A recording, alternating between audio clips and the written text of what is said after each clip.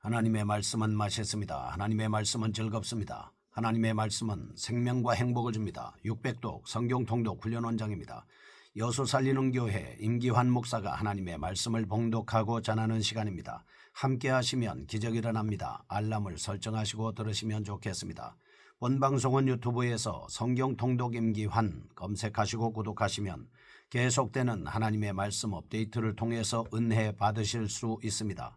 오늘은 이사야 51장을 봉독하고 말씀을 전하겠습니다. 이사야 51장. 의를 따르며 여호와를 찾아 구하는 너희는 내게 들을지어다. 너희를 떠낸 반석과 너희를 파낸 우묵한 구덩이를 생각하여 보라. 너희의 조상 아브라함과 너희를 낳은 사라를 생각하여 보라. 아브라함이 혼자 있을 때 내가 그를 부르고 그에게 복을 주어 창성하게 하였느니라. 나 여호와가 시온의 모든 황폐한 곳들을 위로하여 그 사막을 에덴 같게 그 광야를 여호와의 동산 같게 하였나니 그 가운데 기뻐함과 즐거워함과 감사함과 창화하는 소리가 있으리라. 내 백성이여 내게 주의하라. 내 나라여 내게 귀를 기울이라. 이는 율법이 내게서부터 나갈 것임이라. 내가 내 공의를 만민의 빛으로 세우리라. 내 공의가 가깝고 내 구원이 나갔은즉 내 팔이 만민을 심판하리니 섬들이 나를 앙망하여 내 팔에 의지하리라. 너희는 하늘로 눈을 들며 그 아래의 땅을 살피라. 하늘이 연기같이 사라지고 땅이 옷같이 헤어지며 거기에 사는 자들이 하루살이같이 죽으려니와 나의 구원은 영원히 있고 나의 공의는 패하여 지지 아니하리라. 의를 아는 자들아, 마음에 내 율법이 있는 백성들아, 너희는 내게 듣고 그들의 비방을 두려워하지 말라. 그들의 비방에 놀라지 말라. 옷같이 조음이 그들을 먹을 것이며 양털같이 존벌레가 그들을 먹을 것이나 나의 공의는 영원히 있겠고 나의 구원은 세세에 미치리라. 여호와의 팔이여 깨소서 깨소서 능력을 베푸소서. 옛날 예시대에 계신 것 같이 하소서. 라합을 점이시고 용을 찌르신 이가 어찌 주가 아니시며 바다를 넓고 깊은 물을 말리시고 바다 깊은 곳에 길을 내어 구속받은 자들을 건너게 하시니가 어찌 주가 아니시니까. 여호와께 구속받은 자들이 돌아와 노래하며 시온으로 돌아오니 영원한 기쁨이 그들의 머리 위에 있고 슬픔과 탄식이 달아난 날이이다. 이르시되 너희를 위로하는 자는 나 곧 나이니라. 너는 어떠한 자이기에 죽을 사람을 두려워하며 불같이 될 사람의 아들을 두려워하느냐. 하늘을 펴고 땅의 기초를 정하고 너를 지은 자 여호와를 어찌하여 잊어버렸느냐. 너를 멸하려고 준비하는 저 학대자의 분노를 어찌하여 항상 종일 두려워하느냐. 학대자의 분노가 어디 있느냐. 결박된 포로가 속히 놓일 것이니 죽지도 아니할 것이요 구덩이로 내려가지도 아니할 것이며 그의 양식이 부족하지도 아니하리라. 나는 네 하나님 여호와라. 바다를 휘저어서 그 물결을 뒤흔들게 하는 자이니 그의 이름은 만군의 여호와이니라. 내가 내 말을 내 입에 두고 내 손 그늘로 너를 덮었나니 이는 내가 하늘을 펴며 땅의 기초를 정하며 시온에게 이르기를 너는 내 백성이라 말하기 위함이니라. 여호와의 손에서 그의 분노의 잔을 마신 예루살렘이여 깰지어다 깰지어다 일어설지어다. 내가 이미 비틀거름치게 하는 큰 잔을 마셔 다 비웠도다. 내가 낳은 모든 아들 중에 너를 인도할 자가 없고 내가 양육한 모든 아들 중에 그 손으로 너를 이끌 자도 없도다. 이 두 가지 일이 내게 닥쳤으니 누가 너를 위하여 슬퍼하랴. 곧 황폐와 멸망이요 기근과 칼이랴. 누가 너를 위로하랴. 내 아들들이 곤비하여 그물에 걸린 영양같이 온 거리 모퉁이에 누웠으니 그들에게 여호와의 분노와 내 하나님의 견책이 가득하도다. 그러므로 너 곤고하며 포도주가 아니라도 취한 자여 이 말을 들으라. 네 주 여호와 그의 백성의 억울함을 풀어주시는 내 하나님이 이같이 말씀하시되 보라 내가 비틀거름치게 하는 잔 곧 나의 분노의 큰 잔을 네 손에서 거두어서 네가 다시는 마시지 못하게 하고 그 잔을 너를 괴롭게 하던 자들의 손에 두리라. 그들은 일찍이 내게 이르기를 엎드리라 우리가 넘어가리라 하던 자들이라. 너를 넘어가려는 그들에게 네가 내 허리를 땅과 같게 길거리와 같게 하였느니라 하시니라. 아멘. 이사야 51장입니다. 의로운 자들을 향한 하나님의 위로에 대한 말씀을 살펴보겠습니다. 48장과 49장은 주로 이스라엘의 불신실한 자들을 향한 선포의 말씀이었습니다. 반면에 이사야 51장 대상을 전환합니다. 여호와의 말씀을 신실하게 지키는 자들을 향한 격려에 해당하는 말씀을 하고 있습니다. 이사야 50장 10절과 11절 소망을 잃은 성도들이 지금은 비록 흑암 중에 거할지라도 하나님을 경외하고 계명을 지킨다면 반드시 구원에 이르게 된다라고 말씀하고 있습니다. 그런데 이와 같은 내용을 설명함에 있어서 이사야는 이전과는 확연히 구분되는 장엄하고 고조된 분위기와 그러한 말씀을 통해서 예언하기 때문입니다. 이러한 분위기는 이사야 52장 12절까지 계속됩니다.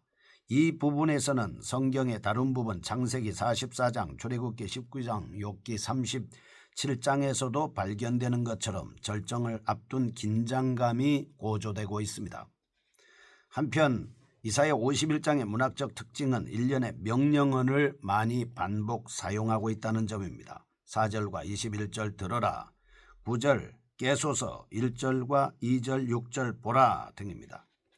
9절 특히 명령어의 경우에는 동일 명령을 이중으로 반복함으로써 화자의 감정을 반영해 주고 있기도 합니다. 9절 10절 12절 14절 40장을 현상케 하는 바 일련의 수사학적 질문법이 사용되고 있습니다. 이러한 표현법을 통해서 분별력 있는 청중들을 격려하고 클라이맥스를 기대하도록 유도하고 있다 하겠습니다. 이상과 같은 표현상의 특징은 51장의 구조를 결정하는 데 결정적인 역할을 하고 있습니다. 1절에서 8절 들어라 시작되는 1절에서 3절 귀 기울이라로 시작되고 4절에서 6절 들어라로 다시 시작되는 그리고 7, 8절 등으로 나눌 수 있겠습니다. 9절에서 23절은 깨소서의 반복으로 시작됩니다. 대언자를 통한 이스라엘의 탄원을 내용으로 하는 9절에서 11절 이에 대한 응답으로 구원과 하나님에 대한 강조점에 초점을 맞추고 있습니다. 12절에서 16절 동일한 문답을 분노의 잔, 그물에 걸린 영양 등의 비유를 통해서 표현하고 있습니다. 17절에서 23절 등으로 구분할 수 있겠습니다. 그런데 반복된 명령으로 시작되는 1절에서 8절은 의로 대변되는 하나님의 구원을 강조하고 있습니다.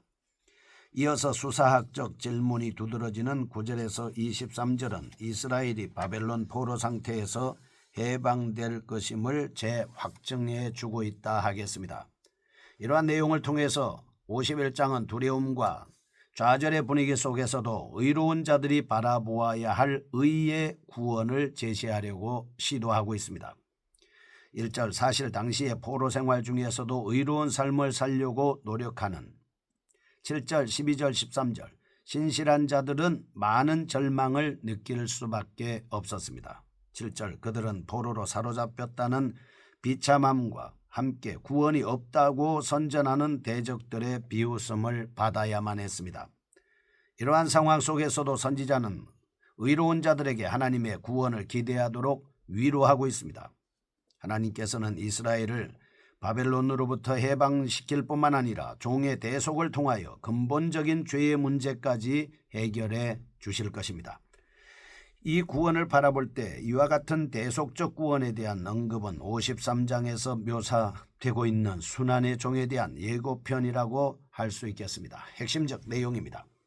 1절에서 8절 영원한 의의 구원입니다. 50장에서 본서기자는 이스라엘의 죄를 언급하고 이어서 종의 순종을 대비시킴으로써 이스라엘의 중요의 문제를 해결하는 요소로서의 종으로의 순종을 암시하고 있습니다.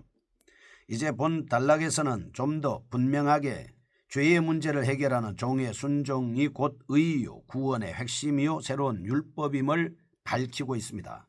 의라는 4절에서 8절에서는 5차례 반복합니다. 종의 순종, 의, 구원, 율법이라는 구도를 제시하고 있습니다.